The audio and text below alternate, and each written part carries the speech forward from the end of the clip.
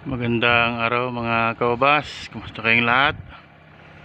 Ngayon i-update ko kayo dito sa aking mother plant. Ito yung aking pinaka mother plant, isang puno. So ito yung kanyang bunga ngayon, oh. Organic ito mga kaubas, wala itong ginamit na mga pestisidyo. Tsaka tignan nyo, sobrang dami ng damo. Tubig lang ang dinidilig ko dyan mga kaubas. At isang beses ko lang ito napupuntahan sa loob ng isang linggo. Pero tignan nyo, ang gaganda ng mga bunga.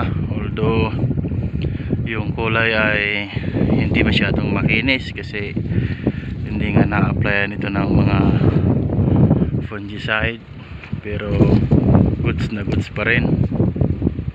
Nag-iiba na yung kulay. Yan. Oh, lalaki ng mga berries mga kaubas. Oh, kita niya yan mga kaubas, isang puno lang yan, ha? Dito ako nag-practice na mag-alaga ng ubas sa puno na ito. Yan. Oh.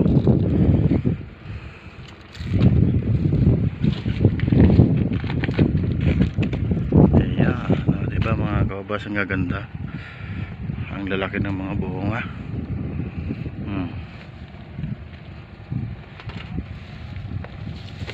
Oh, nagkaroon siya ng powdery mildew, kaya nagkaganyan yung quality ng kanyang bunga. Nagsisimula na rin yung mga ibon na kainin niya. Oh, ang haba nito mga kaubas, oh. Hanggang doon sa taas niya. Dito tayo banda. Ayan, oh. Hindi na naalagaan kasi nalipat ako kasi ng destino, kaya ito napabayaan na. Pero dami pa rin bunga mga kaubas. Oh, at hindi na rin kasi ako nakakabili ng fungicide tsaka mga fertilizer, kaya ito organic na ito.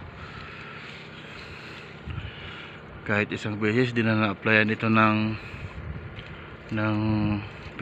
fertilizer at saka fungicide. Ganda.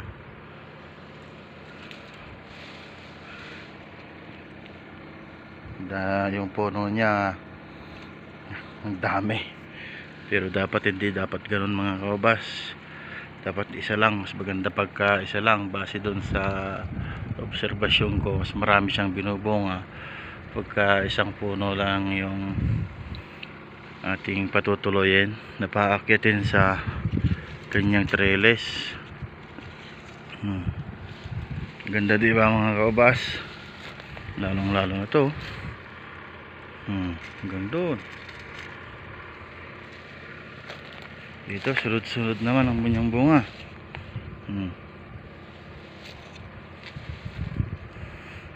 Ito yung black grapes mga kaubas, yan na baswat. Oh, kung ito na-applyan ng mga fungicide, dapat hindi magkakaganito yung kanyang balat, nagkaroon ng mancha-mancha. Tsaka hindi rin ito na proteining, yung mga ganyan maliliit. Ayan, oh. Oh, ang lalaki ng berries.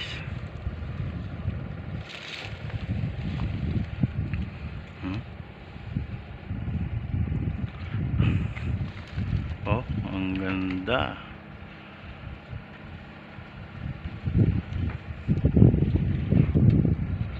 So yun, update ko lang kayo dito mga kaubas, dito sa aking isang puno, para makita nyo yung mga binubunga ng aking mga variety ng ubas dito. Yan, maraming salamat, bye bye.